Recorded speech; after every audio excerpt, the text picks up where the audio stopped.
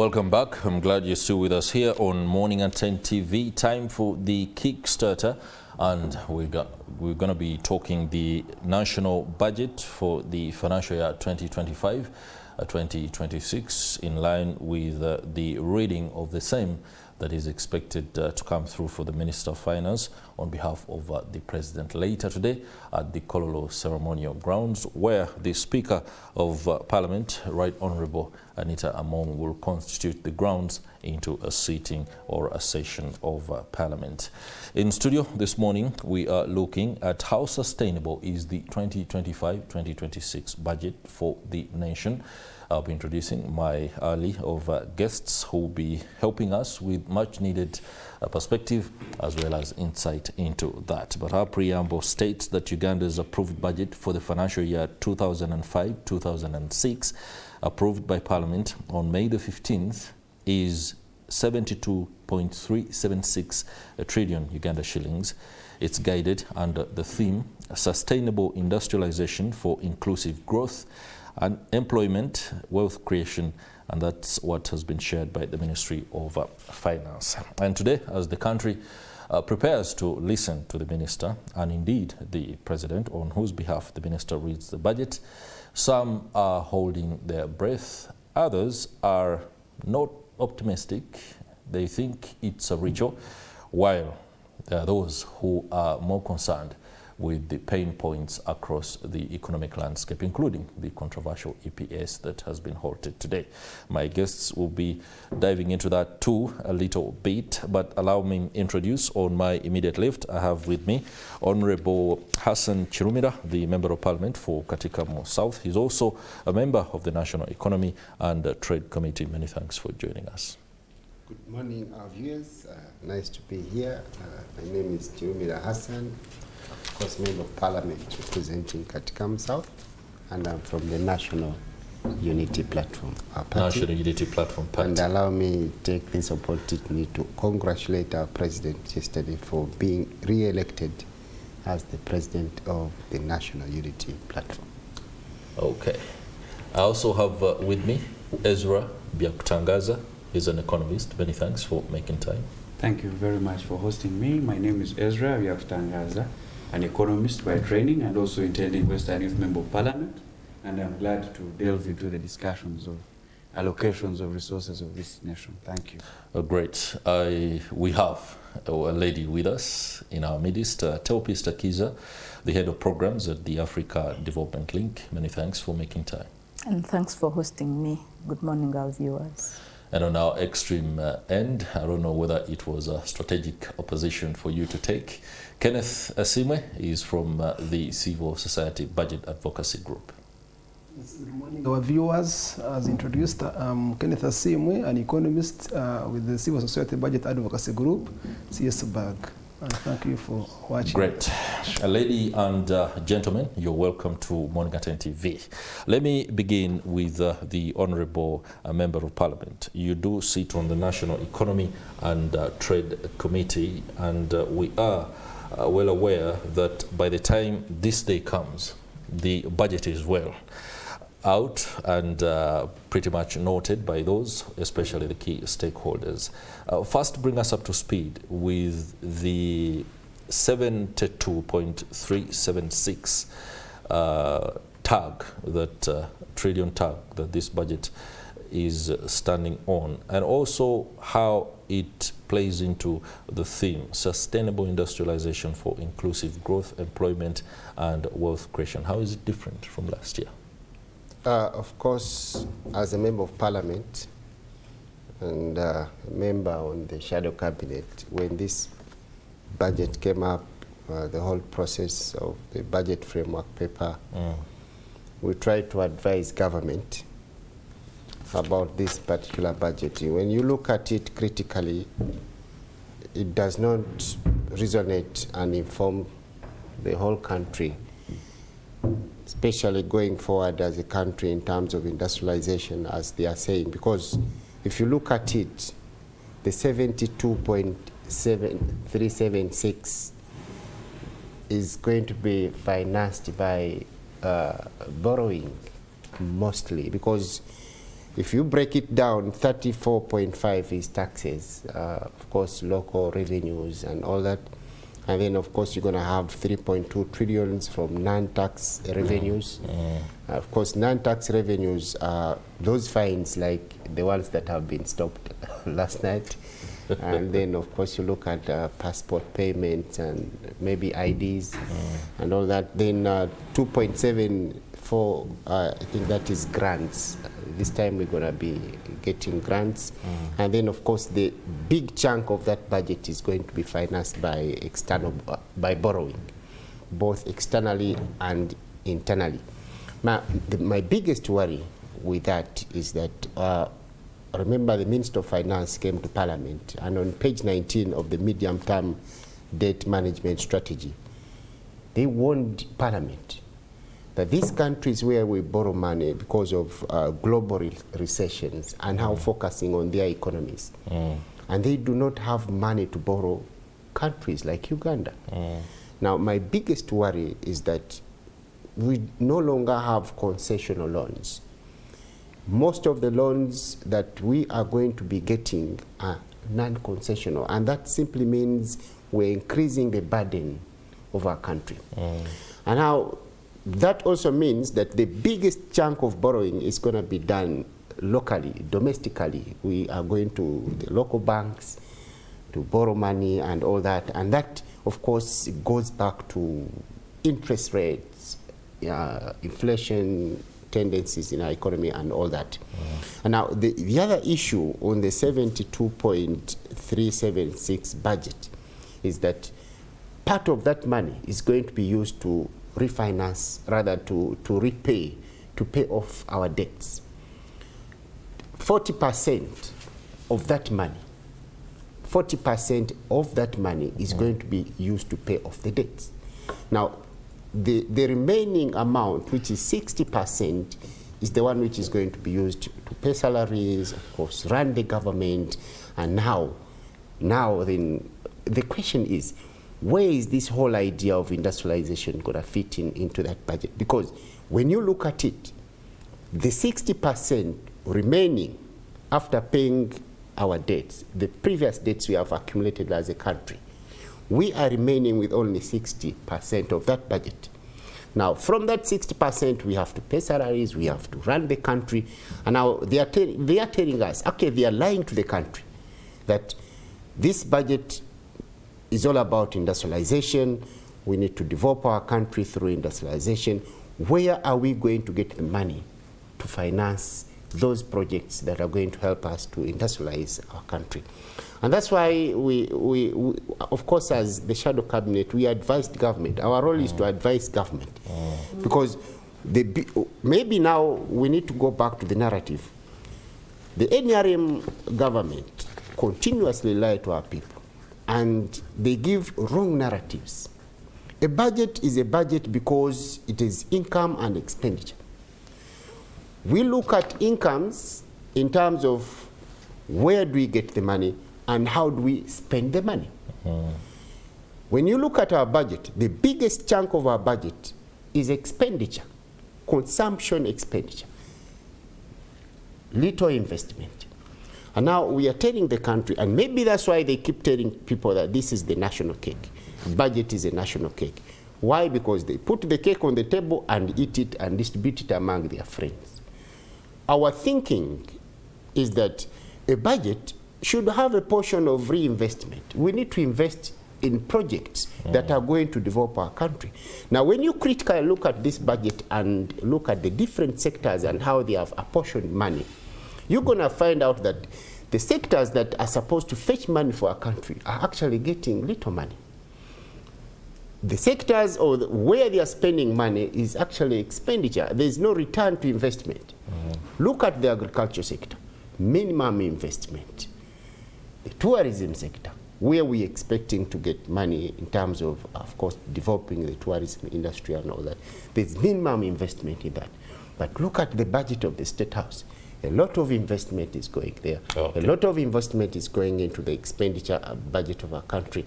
Now, meaning that most of the money is going to be obtained from our revenues, from our people in Katikam South paying taxes, and that money is going to be eaten by different sectors, and that is it.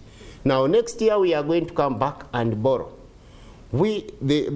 Our marginal propensity to consume, especially eating money that is supposed to be used for investment, is so high in this country.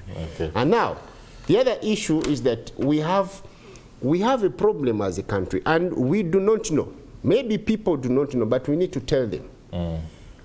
Our public debt, as we speak now, is going past 100 trillions.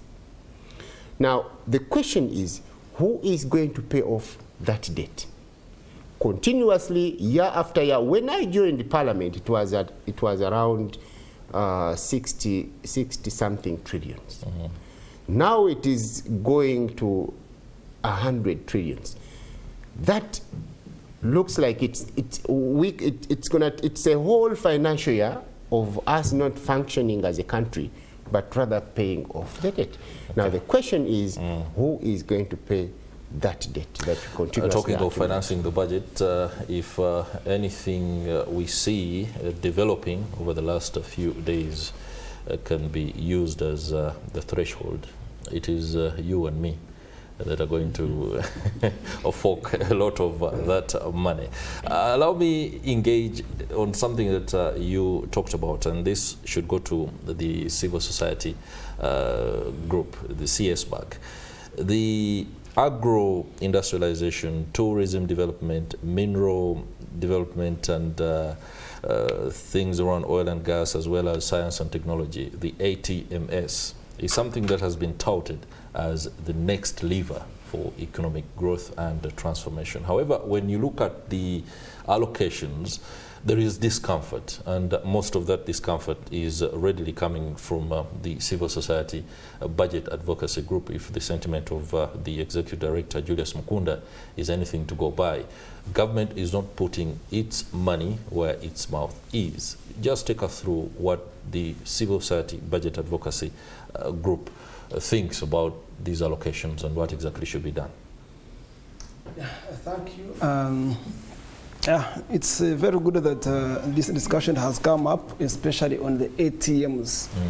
Now, just for purposes of our viewers, is that just last week, when the president was launching during the State of Nations address, the president was launching the Fourth National Development Plan, that is NDP4. And NDP4 is tailored towards achieving our Vision 2040 as the country.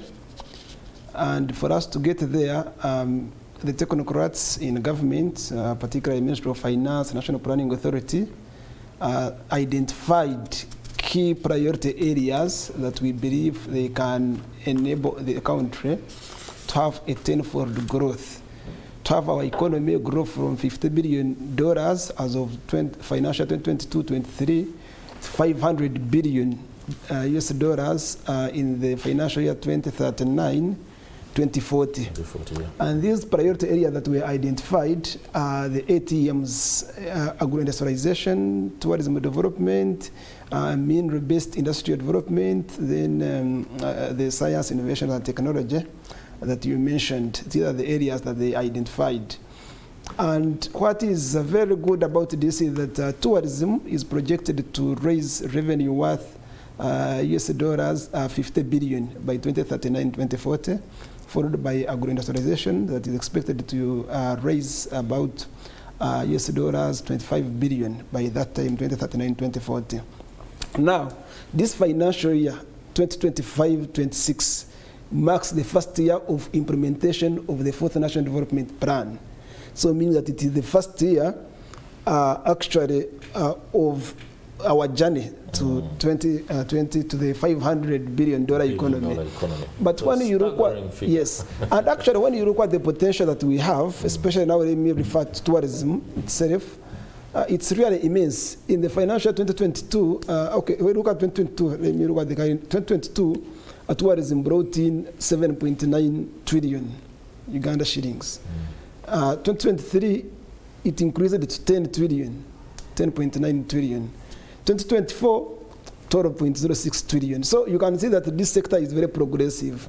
But now going back to the funding of the ATMs under this national budget, the reason as to why we are concerned about this is that what NDP4 says versus what the government has allocated to these sectors or these areas differ.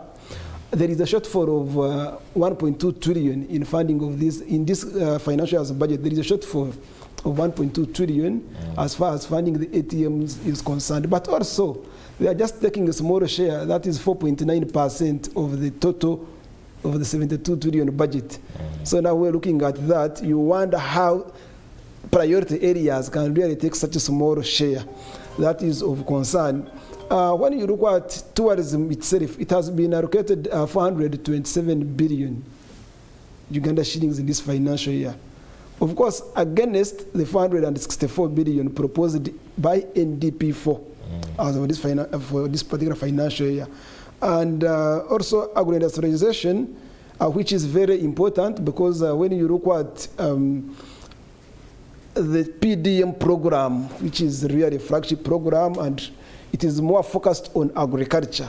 But you see, there is also what we call market flooding. If we have heard about agricultural products are perishable, so when production or supply exceeds the demand, these goods go bad. You see tomatoes going bad, you see oranges in the markets going bad, and so on. So this agro-processing is very key to add value and save us from wastage. But when you look at the proposed 2.4 trillion for this program, according to NDP4, the government has allocated 1.8 trillion. So, meaning that there is a shortfall. So our biggest concern is that this is government's initiative. It's a government that has told the country that this is what will lead us, the $500 billion economy. But then, the same government has come up through the National Planning Authority to say this is how much this sector should be given in this financial year, and the same government is not complying with that. So that's why we are usually more concerned about the ATMs. Okay, no doubt. We hope President Yoweri Museveni, in his budget speech, will explain exactly why he thinks they are at the cusp of taking us to the transformation that we need, yet the allocation is so minimal. Teopista, the youth agenda and women agenda, when it comes to the allocations, of course, it does feed into agro-industrialization. This is where we find most of them employed as they go about their day. Do you think, or are you, let me be more specific, are you happy with the allocations that have been made, especially to programs that are aimed at ensuring that we give money to the youth in order to be more productive? Yes, thank you. So about the budget and how it's inclusive of youth who form part of the biggest majority of our population is that yes, we see programs like the PDM that has been talked about, and there is a cut in there for some of the special interest groups, including youth. But the challenge that youth face is that some of them do not own things like land, yeah? So it definitely becomes hard for them at that level. But now that the focus is on agro-industrialization, we see that most of them can be employed by the industries that are put in place. But we've also seen that there is money that has been still put aside for Emyoga to support the circles, so young people can still tap into that and benefit from that. But if you look at the national census report for last year that was released last year, it shows an increase in the number of youth who are not in education, not in employment, and not in any training that needs. And most of these young people are in the districts, so they are within the local governments. But then we are worried about the funding for local governments, which consistently has stagnated with no increase. There is one of the programs under the NDP that focuses on mindset change, but that's a program that has consistently not been funded enough, and that's a program that would support the mobilization, the sensitization of young people to take advantage of these programs. And then secondly, for this year's budget, we see an increase, but part of the increase is because we are within the context of elections. We are going to have elections, but then so there is funding that definitely will go to Electoral Commission to enable us manage the elections. But then also we are going to host AFCON, yeah? So part of the increase is we're already seeing plans of renovating and putting in place some infrastructure to support AFCON. And sporting is one of the sectors that can support youth development. We've seen that for young people that are engaged in sporting have, publicize the country abroad. At a certain point, a one Kiprotich, when he gets a gold, he's able to earn the money that can fund a whole local government just once. Yes, and that's the sector that has been neglected for quite a period of time. If you look at the infrastructure that supports sports, it has been put under education, and it has not given a lot of special focus and attention. So going forward, given that this year AFCON has helped us to start off something, so hopefully going forward, we still focus on sporting, especially in nurturing talent at a young age, because it has potential for bringing in income for this country. Then I will also speak to another sector that young people speak to that has potential for employment, that is kind of neglected in a way, and that is the creative arts sector, the music, film. It has a lot of potential, but it's a sector that is neglected, and we feel that if a government came in handy to support talent nurturing, talent development, it's one of the sectors that has potential to employ a lot of young people, because we have a lot of young people who are in the creative, they are talented, but the support in terms of is not enough. The ecosystem stifles their ability to come through. Yes, yes. Okay. All right, there's a lot of inspiration, no doubt, that we would expect the president to afford us today, especially if such aspects are to be put into motion. But let me go to Mr. Byakutangaza. For the last 10 years, I understand that our debt burden, borrowed funds, has now accumulated to 43 trillion Uganda shillings. Some are describing this budget as debt heavy. However, some economists, especially those who are at Siatini, are saying servicing debt is our first priority. Yes. What do you say about that? Thank you very much. Before we even go into how much money is needed for the programs that Professor talks about, let's settle the debt issue. Thank you very much, my brother, for hosting us. But before I go to that question, I want to draw your attention to what a budget process should be.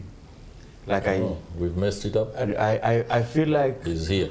I feel like the budget process to date should be pro-youth, and it should be very intentional. You mentioned it at the start that by the time we get to the 15th of June, where we have a budget speech, all stakeholders should have a fair view and good effort into already invested into the budget. I want to say that the young people have been left out. I have been a member of the National Youth Council for the last 5 years, which is a top organ of leadership in the youth. But there is not so much sensitization, there's not so much inclusion in the discussion of the budget and allocations. And that's why where my sister says they are pro-youth sectors that should be priority areas of funding in a budget like this. So I feel like the stakeholders, the technocrats, the National Planning Authority, the Ministry of Finance that are in charge of consolidating and actualizing a budget should do more effort in including young people to the sub-county levels where, like she said, most of the youth are in districts and local government localities. So they need to be involved. And that's how you will see when we talk about agro-industrialization. my brother talked about, Kenneth talked about wastage. We are not yet at the point of wastage because we still have people dying of famine, lack of food. You know, so we need to get to that level of production, and that how we get there is by including young people in the process of production, especially commercial agriculture. But let me go back to your question of the debt burden. Our debt to GDP ratio now stands at 53, which is worrying because the threshold should be at about 50%. Continuously, we have seen URA not meeting the targets that they set. For example, in this budget, we are supposed to have 52% coming from internal financing, and 37 trillion has been set. But in the previous financial year, I think only 27 billion was realized. 27 trillion was realized from the 29.5 set target that URA set. So it's worrying for us not to be realistic. In the end, that increases our arrears. We make so much commitments, yet we are not meeting them. So I think we must do some, and I like the amendments in the Income Act, where there are some exemptions for startup businesses for at least 3 years. That gives a leeway for the young people who are finding means, livelihoods in starting businesses and entrepreneurship. But we need to expand our tax base. We need not to suffocate the already existing businesses by putting immense taxes and penalties, which I know will only work to the detriment of these existing businesses. So we need to look at how do we empower people to involve themselves in productive businesses, productive agriculture, so that our tax base can increase and thereby able to finance, which will answer the question of the debt burden. True, this is worrying. All right, let me return to the Honourable Minister, Honourable MP. I'm already blessing. Yeah. He's already a minister in the shadow. He's a minister, okay, in the shadow cabinet, no doubt. Minister Byakutangaza talks about the income tax, and there is need to look at what additional taxes are being introduced, but most importantly, how Uganda Revenue Authority could, for the very first time in the last 5 years, meet a target, especially at the end of the financial year. Usually, in between, URA speaks about how it's on course to meet the target. They always miss telling us at the end of it whether they actually hit it or not. What are the available avenues that we have right now, especially as put in the budget, that will actually allow or help Uganda Revenue Authority achieve the revenue collection target, including non-tax revenue like EPS? You see, it's a dream for Uganda Revenue Authority that they can achieve the targets. That's a dream. Because in the last 5 years, we have not seen that happen or materializing. If you look at our tax regimes, maybe they are trying to push milk a cow that is not well fed. And that's actually, it has a negative effect on these upcoming medium enterprises, those businesses that are coming up. Because if you continuously milk a cow that is not well fed, you are not going to get results. And what is happening now is that we have industries, big industries in the country that are tax-free, exempted from taxes. They are sitting on tax holidays, no taxes at all.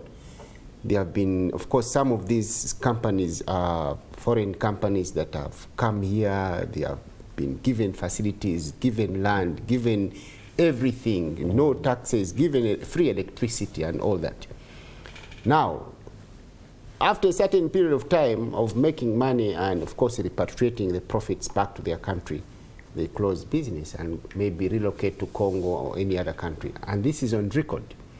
My biggest worry is that our government has little care on the local entrepreneurs. We do not have enough focus on them in terms of trying to support them grow as a business before we tax them. You open up a business today, tomorrow the tax man will be on the door collecting taxes without even knowing how far you've come into that business, what contribution is government. For them, their biggest interest is collecting taxes. And of course, that speaks to, if you look at our resource envelope and this particular budget where they are telling you that we need to collect so much amount of money locally, it speaks volume of where we are going as a country. Because right now, our budget, if you look at this budget critically and how it is going to be financed, it is problematic. You're talking about debt servicing of 27 trillions. You're talking about paying wages and salaries of 8 trillions, non-wage of 29 trillions. Development is only 6 trillions, which is 9% of the budget. Now, in my understanding, in my little economics, we have to focus on development budget because that is where we are going to get the money. That is the gold mine. The moment we focus more on the development side of the budget, then our future is secure. But now if you look at our budget here, it is basically expenditure. We are spending on debt servicing, we are spending on wages, non-wages, and very little money is going to be spent on development. Now we are going to be moving around the same circle over and over again. But of interest, my brother, if you look at this budget, actually in the past and maybe in other countries, on such a day, on such a budget day when they are going to read a budget, I would expect the entire country, like you said in your opening remarks, for people to be on their TVs, to be on their radios, waiting to see how they are going to contribute to the budget or how they are going to benefit from the budget. But as we speak now, I can guarantee you only 10% of the country might be knowing what is happening. The government has come up with a budget, and it's basically their budget. The population, the entire public has no clue whatsoever what's happening with the budget.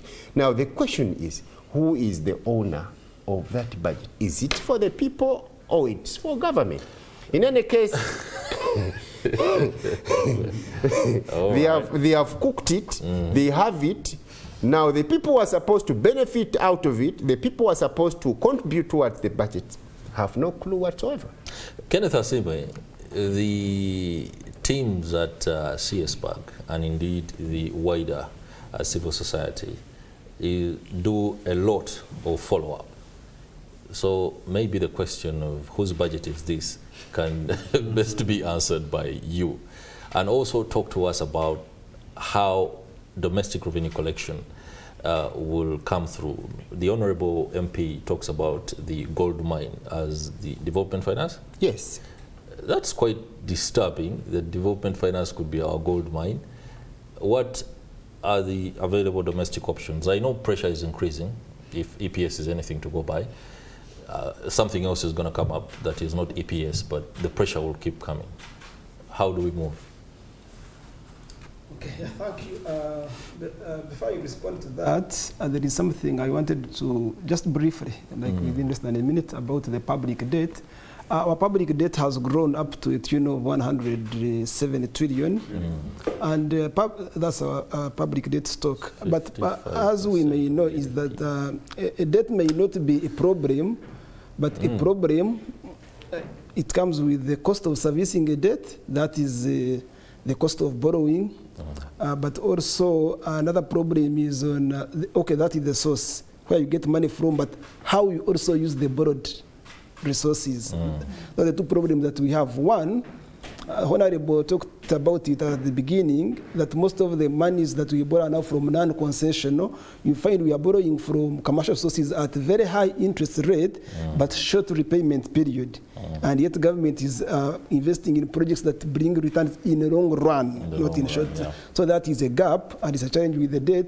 That's why you see in this budget 26.84 trillion is going to debt servicing. So we are spending more, and that is more than the commitment we made under our Charter of Fiscal Responsibility, whereby we are supposed to spend only 12.5% of our revenues. But out of the, I can assure you that out of the 37 we project to collect, over 25.4% is going into debt servicing. So it means we have already breached the commitment.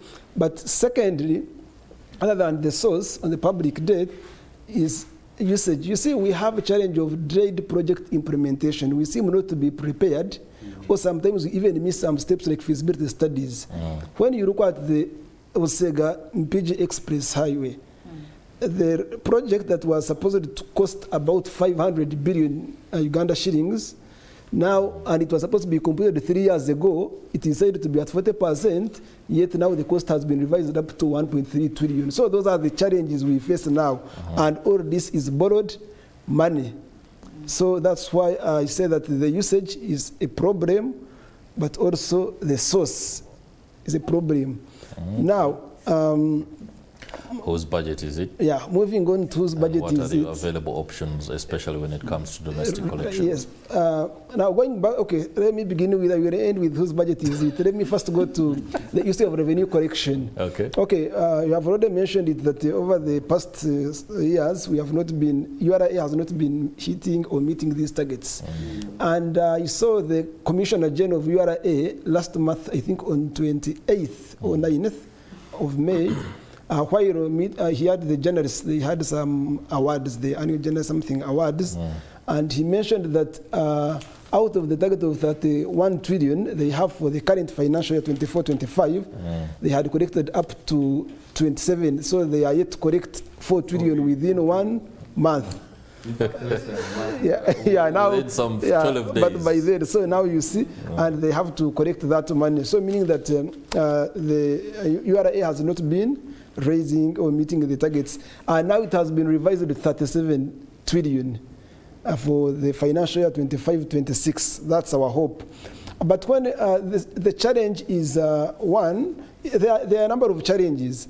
But first of all is that we understand that we have a very informal economy. Our businesses here are not registered. That is one challenge that hinders them from raising this revenue. But also, we are also a poor country. We don't have really rich people. We don't have a country that has a lot of unemployment, meaning that the tax base is narrow in terms of food pay is like pay. So she mentioned about the needs now. Having over 4.2 million youth, people between the age of actually 18 and 29, being they are not in education, they are not in employment, they are not in any form of training, and then you expect to raise revenue. So I don't know, maybe if they improve their systems, I saw they claim that, they recruited 1,200 plus employees during this financial year.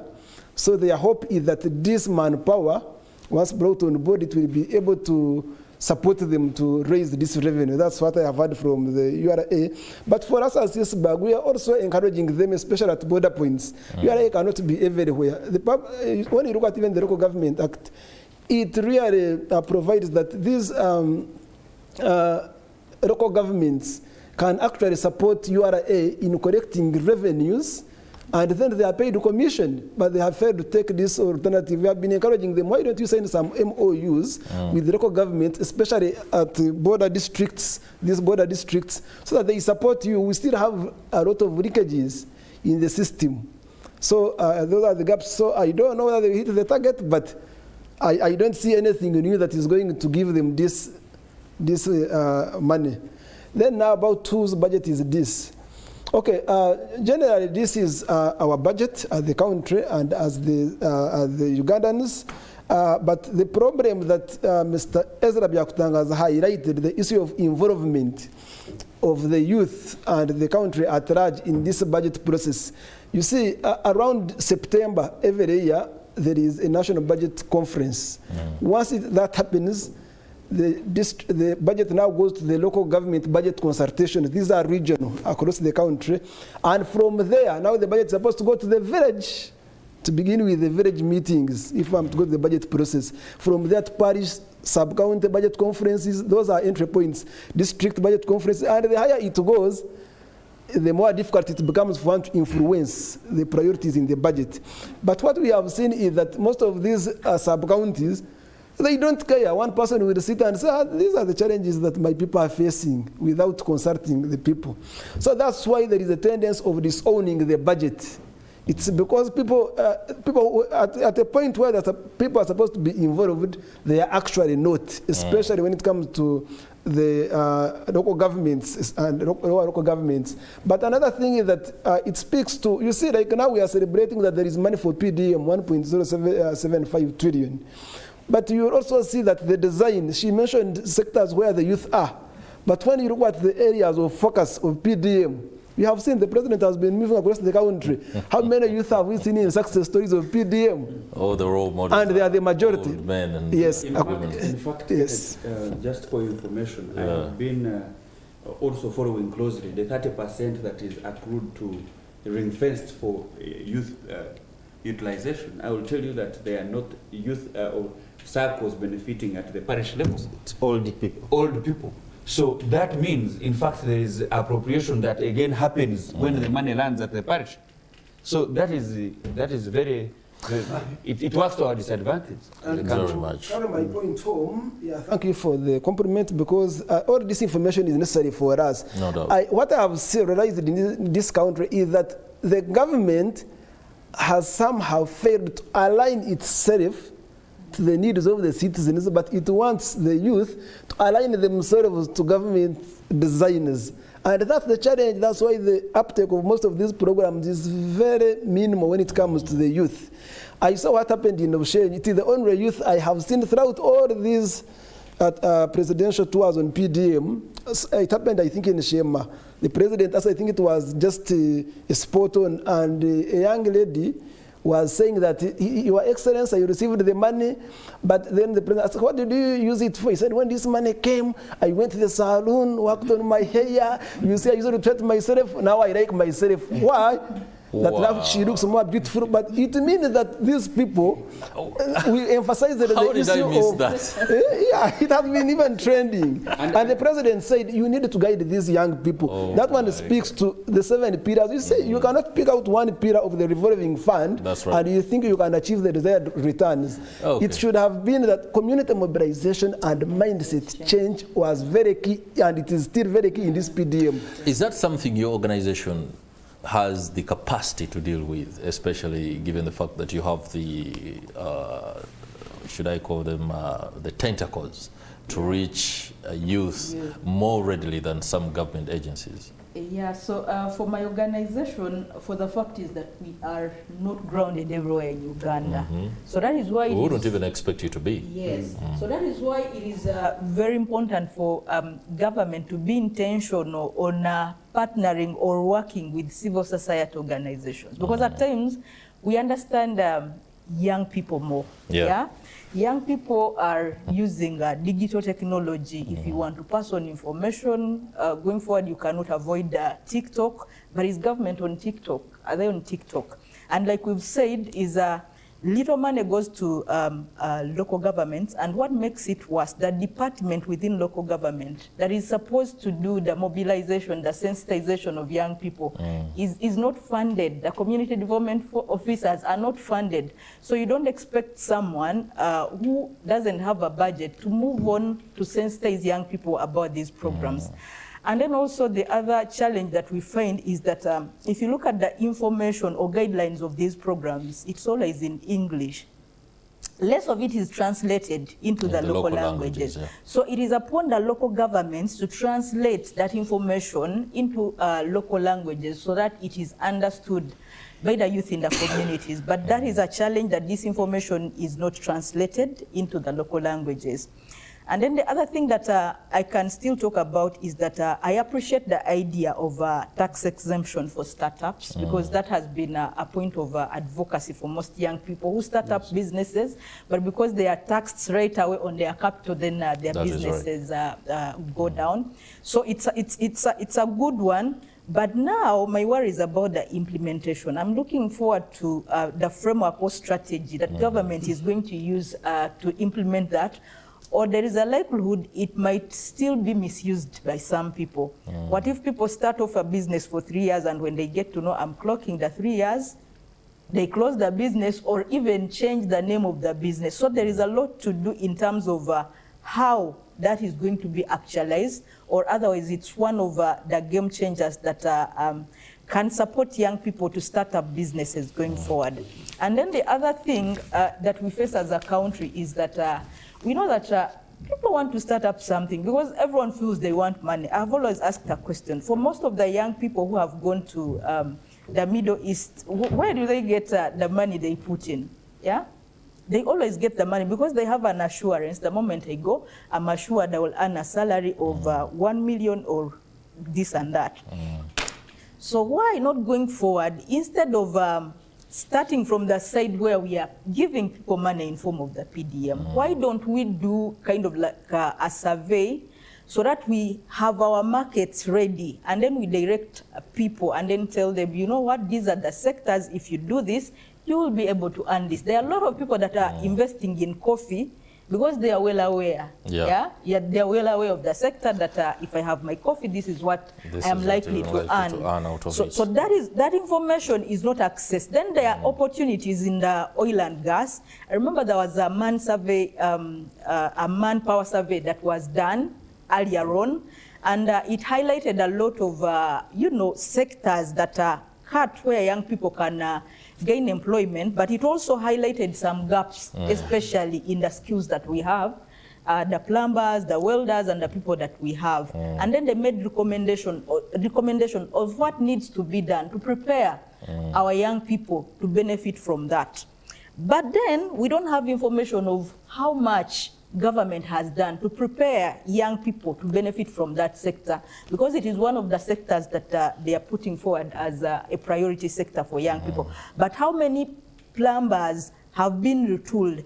How many drivers have been given that international certification, so that when these jobs come, then the young people are able to benefit from that? I've seen MasterCard do some bit of that, but we don't have a report of how many young people we've made ready to be able to benefit from such. MasterCard Foundation? Yes. Okay. Yeah. All right.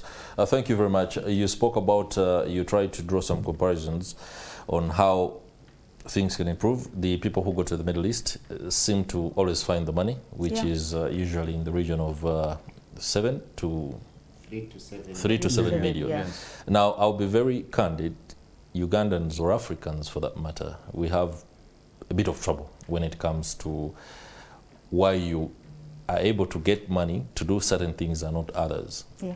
If I, for example, told Kenneth Teopista, Byakutangaza, and the Honorable to quickly come up with 4 million Uganda shillings, and I start a business, that would be a difficult hard paper for each one of us. However, if I sat down again and invited you to come together so we can do a party, and then we do either I want to go and find myself another wife, you guys would quickly come through. We'll quickly understand your perspective. You will understand that. So when these young girls and boys find this money to go to the Middle East, ideally 7 million Uganda shillings, if it's well planned, that money can offset a good business for a young girl or a young man. But I think it's down to the fact that it's not her money, it's coming from other people who need to be sure that it will return. And so they are not sure whether the business will come through, but they are sure if you go to the Middle East, you will be paid a salary and then you might make the refund. So sometimes mindset and the realities that we face are responsible for these mismatches. You have something itching? Can you allow him just 30 seconds? Okay. And then you can push. Yeah, about the realities. I was in Karamoja last month on 21st. The chairman of LC5 was telling us, when he talked about the readiness, he said that his people in Abratuk, what they are interested in now is survival, because they are struggling to survive. You get someone who's struggling to survive, you give them money for enterprise. So what they do, they first get the 200, because they know it is a loan and they don't have money. They first give 400 actually to 2 colleagues. In case I fail to pay, these people will be supporting me. They get the other 200, they put it up there in the roof They keep it because they know they are struggling to survive, and they don't know if this business doesn't work out, how will I be able to repay? And if someone is just now using 200 out of the 1 million. So I think also readiness, but also that speaks to how these programs are designed. Like those people now, they need programs first of all support them to survive. To survive. And then business before you can ensure they thrive. Exactly. Please take it on. Thank you very much. I started by saying that we need a youth budget, a youthful budget as a country, because majority of us in Uganda today are youth. We have 3 categories of youth. We have the literate youth, semi-literate, and illiterate. A small percentage of us. Wow. A small percentage of us are in the illiterate bracket. Most of the youth lie with the coming of UPE and UCE lie in the semi-illiterate bracket. Both the semi-literate and illiterate youth are concentrated within the urban centers. The money, the development programs that are supposed to empower these young people is channeled at the parish level. Now, I want to say that there is effort that needs to be done to align development effort to the harsh reality today. Not to get the majority of the composition of the population which you're budgeting for, align it as a certain system, as opposed to understanding their status quo and aligning yourself in a position of helping them out into productivity. You asked a question about the preparedness of increasing revenue collection. How prepared are we? Most of these people we are giving money, like Kenneth is saying, the people in Abretuk and what, those who keep the money there in the roof. I need to visit Karamoja. Because some of these people are just struggling for survival. They don't have a future of 30 years ahead that they have to think about. They are thinking about today. But can you channel this effort into the young people who largely constitute the informal sector of Uganda and empower them to be productive and have tax-friendly and government support so that they can contribute largely to the revenue of this country. If that is not done, then we are sitting on a time bomb. Honorable, take us through the tax regime. There are proposals that are embedded heavily in the budget, including some, I see here, a 3-year income tax holiday for startups established by Ugandan citizens. I think that's something she touched on, and I think it's a good one that it's been introduced. Government introducing the use of national identification number as a tax identification number. Interesting. Unlike the use of the TIN, the TIN, people are going to have to use the NIN. I think that goes further in ensuring that those that haven't been reached as a result of not having the TIN can be captured. Is that effective? Difficult implementation, actually. Okay. And then there are issues regarding the tax waivers, about that one I've talked about. Retrospective application of tax holidays. Some people citing that it's not practical and it could bring some legal implications. Just take us through the tax regime. Being a member of the committee that pretty much discusses these things as we come up with the budget framework paper. I think our point of departure it comes on the implementation of the tax regimes, and the biggest question is who is supposed to be to pay taxes and who is supposed to be exempted from paying taxes. It's okay to come up with all types of taxes like they dream. I told you sometimes they dream. Like, just look at these taxes on the traffic lights now they were introducing. Last night, all of a sudden, they are stopped. The pressure was too much, even if it was. Because you cannot, the system itself is bad. Someone is on the traffic lights, and the traffic light is clearly red. Now, the traffic cop is standing there telling them to go. Automatically, the driver will go past the red traffic light. Now, the system does not know there's a cop there inviting motorists to go. That is right. Now, the system will give a tax to the people who are going past the red traffic lights. Now, these are all technical issues, and that's why we keep telling them, go back on the drawing board, sit on the round table and restructure our tax system in the country to begin with. Who is supposed to pay taxes and who is not supposed to pay taxes? In my earlier submission, I was actually telling, I submitted on the fact that the government does not know on who is supposed to pay taxes. You open a shop today, tomorrow the tax man is on your door. They want to collect taxes from your capital that you've contributed over years to start up a business. Now, that idea of exempting startups, I don't know how effective it's going to be, but it's good news for the youth.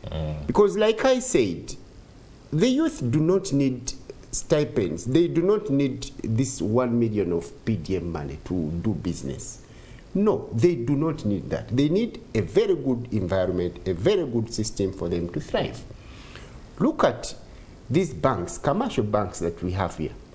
The commercial banks could easily borrow money to the youth to start up their businesses. And I'm sure the youth would be ready to do that. But even the commercial banks themselves, they are so crowded. You hear the government is going to commercial banks to borrow from them. Now, how will the commercial bank borrow money to the youth when the government is also waiting to borrow from the commercial banks? But again, the government gives commercial banks money to give to women under the GROW initiative, and the commercial banks require collateral security. No, we are talking about youth inclusion. Right now, the issue is on youth inclusion. Yeah. Because the fact that those commercial banks are crowded, they are supposed to borrow money to government. Of course, like I told you, this time around, we do not have a big chunk of external borrowing. Because those countries that used to borrow us money, they are also focusing on their economies. Now, the focus is on commercial banks locally. And maybe if actually the big question is that even domestic borrowing? Because if you look at most of these commercial banks are actually foreign banks. There's some of them are from South Africa and all that. Now, we are actually borrowing money from a commercial bank that is from South Africa. That is more like external borrowing because they are going to repatriate money back to South Africa. Now, but my point was that as a country, we need to go back on the drawing board and restructure our tax regimes, know who is supposed to pay taxes and who is supposed to be exempted from taxes. As we speak now, we have companies that are sitting on tax holidays. They do not pay taxes at all. The rich do not pay taxes in our country. If you go around, even their cars, they do not have third parties. Even their cars, and I'm telling you this on camera, even their cars, they do not have third parties. The rich people in the country, the big people in government, do not pay taxes. Now they expect the locals, the informal, the informal sector, the people who are struggling to survive, to pay taxes so that they can survive in their big offices and their political offices. That is a dream for our country to grow. So we need to go back on the drawing board, define who is supposed to pay taxes, and be patriotic. Because if you're Ugandan and you want this country to grow, and you know there is less willingness to pay taxes, then it's a problem. And maybe again the other problem, people do not pay taxes because they do not see government utilizing tax payments. They do not see the reason why they should pay taxes. Okay. So now we need to go back on the drawing board, educate people, sensitize our people on the benefits of paying taxes, and give them results that because you paid taxes in the previous year, these are the kind of developments that have come out of those tax payments. When we do not do that as a country, our people will be demotivated to pay taxes, and that's why over and over again, the URA will never meet the targets of their tax collections. Wow. Ladies and gentlemen, as we enter the final bend of the Kickstarter, I would love us to close the book of Lamentations and look to the greater and more optimistic side of things. Yes. I would personally hope that the president can come straight on some of the key aspects that were missed in the State of the Nation address, especially regarding corruption. Last year, during the State of the Nation address, the president shared with the nation some departments that were apparently involved in collusion, especially when it comes to graft. He promised that this would continue. I've never had any revelations beyond the 3 members of parliament who were taken in, and then maybe the Bank of Uganda saga, but I think we've been changed on that. What should be done, or how should the president come through on this particular issue? Should he do what he did last year? Maybe it would... you think he should apologize for?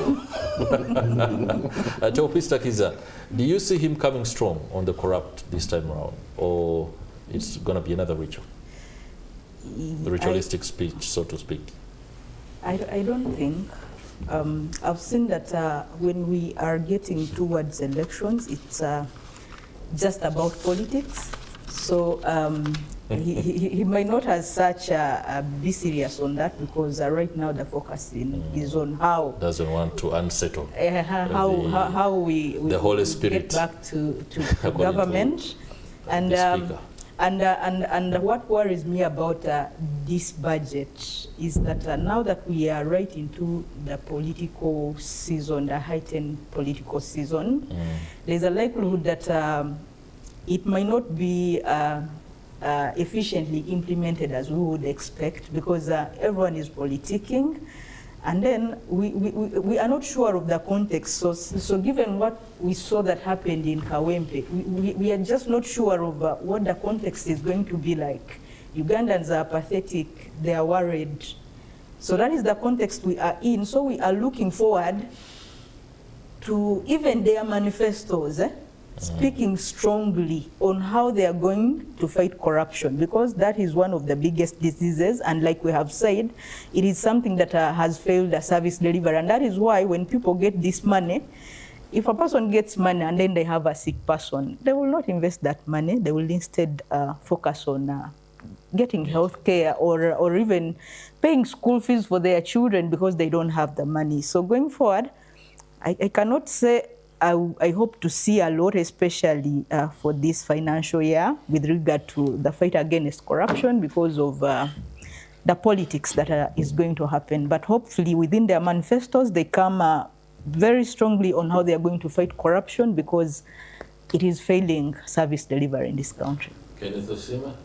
Yes, in my view is that, of course, they will not fight corruption. That one I can be sure, because they have not done it before. It's just in rhetoric. We are misplacing our optimism and hope. Yes. I don't think there is any commitment to fight corruption, especially when it comes to the top, the executive. Because I think what we need to know first is that who are the corrupt. Because also that is very key. Before they fight corruption, who are the corrupt? Corrupt to fight corruption. Exactly. So now once we have that clearly, then we are very sure that they will not fight corruption. Because we just talked about these MPs and so on, but then there was even like an issue of iron sheets. You know that Karamoja iron sheets saga, that one was very clear. I don't think it needed but for me, what I look at in this country, that corruption will keep on failing service delivery, actually failing budget execution. But what we needed to do, we really call upon the executive to have the political will and to make corruption more risky. Because here corruption is not risky. You see, the corrupt are praised in society. The corrupt in churches, they are given front seats.